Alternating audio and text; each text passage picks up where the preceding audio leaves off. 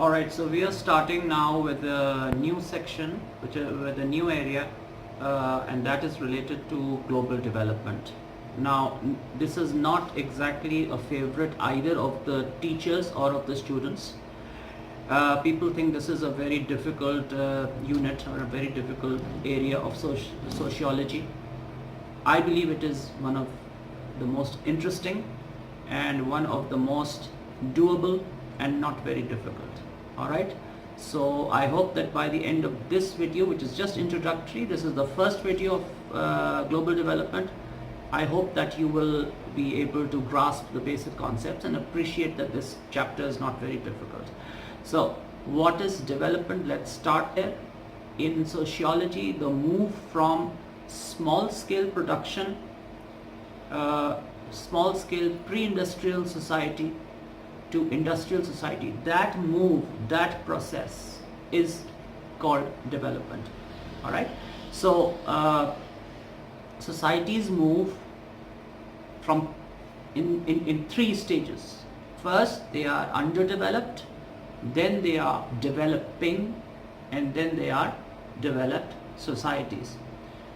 So in sociology, we would like to know why societies change from one developmental stage to the other, and what are the processes that help them move from this stage to the other. What are the characteristics of the societies in each stage, and what are the various processes that are involved. All right, so the first thinker and the first writer that you should quote when you are studying the characteristics of development is Thomas, and in 2000 he said that the development can have various characteristics, and he identified three. The first characteristic is what he called scale.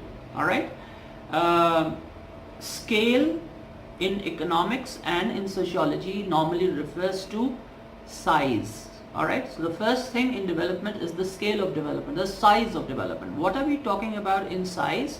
We're talking about, number one, size of economic production. Two, size of economic consumption. Three, size of economic wealth. Four, size of income. Alright, so these are the four things that determine the scale. Now look at the size of, let's say, a developed country. Which country is the largest producer in the world? Scale, in terms of scale. Number one, United States. Produces $18 trillion worth of goods. China is very close, 17.8 trillion. Right? So they are developed. So what is the scale? What is the yardstick?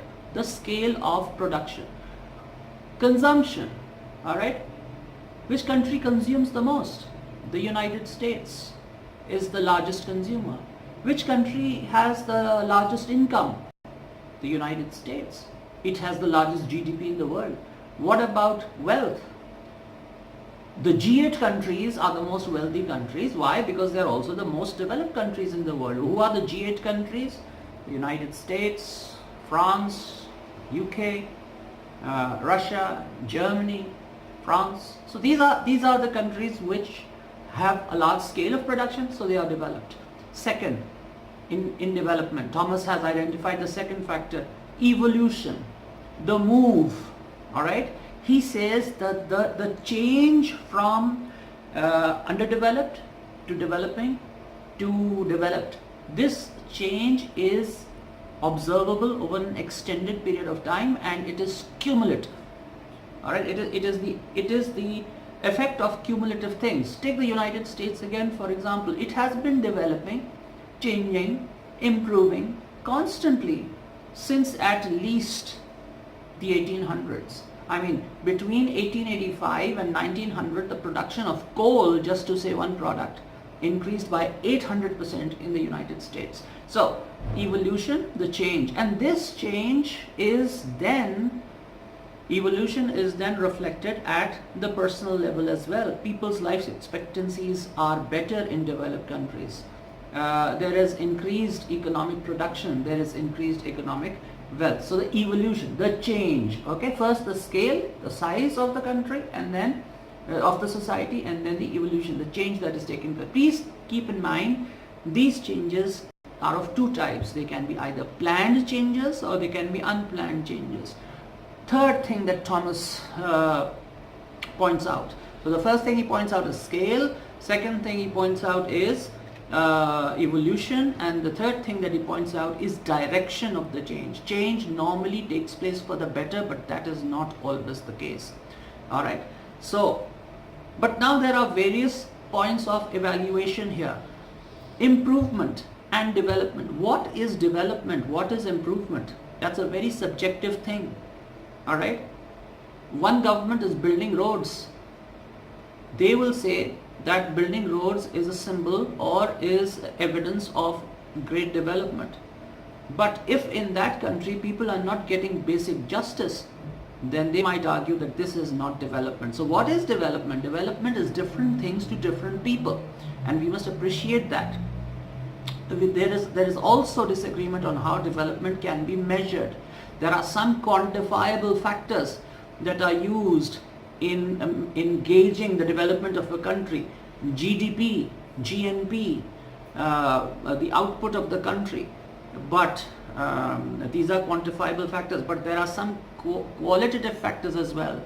Is that GDP, is that increase in output, is that increase in wealth of the country going to the people, trickling down to the people? So in the olden days, we used to divide the world into three parts on the basis of development. There was the first world. The first world included capitalist, technologically advanced countries of North America and Japan. Mainly in those days, there was no China. There were the technologically advanced countries of North America, and of course Europe, and of course Japan. These were considered to be the first world. Even Europe was not there. Then there was the second world, which was the communist bloc backed by Russia.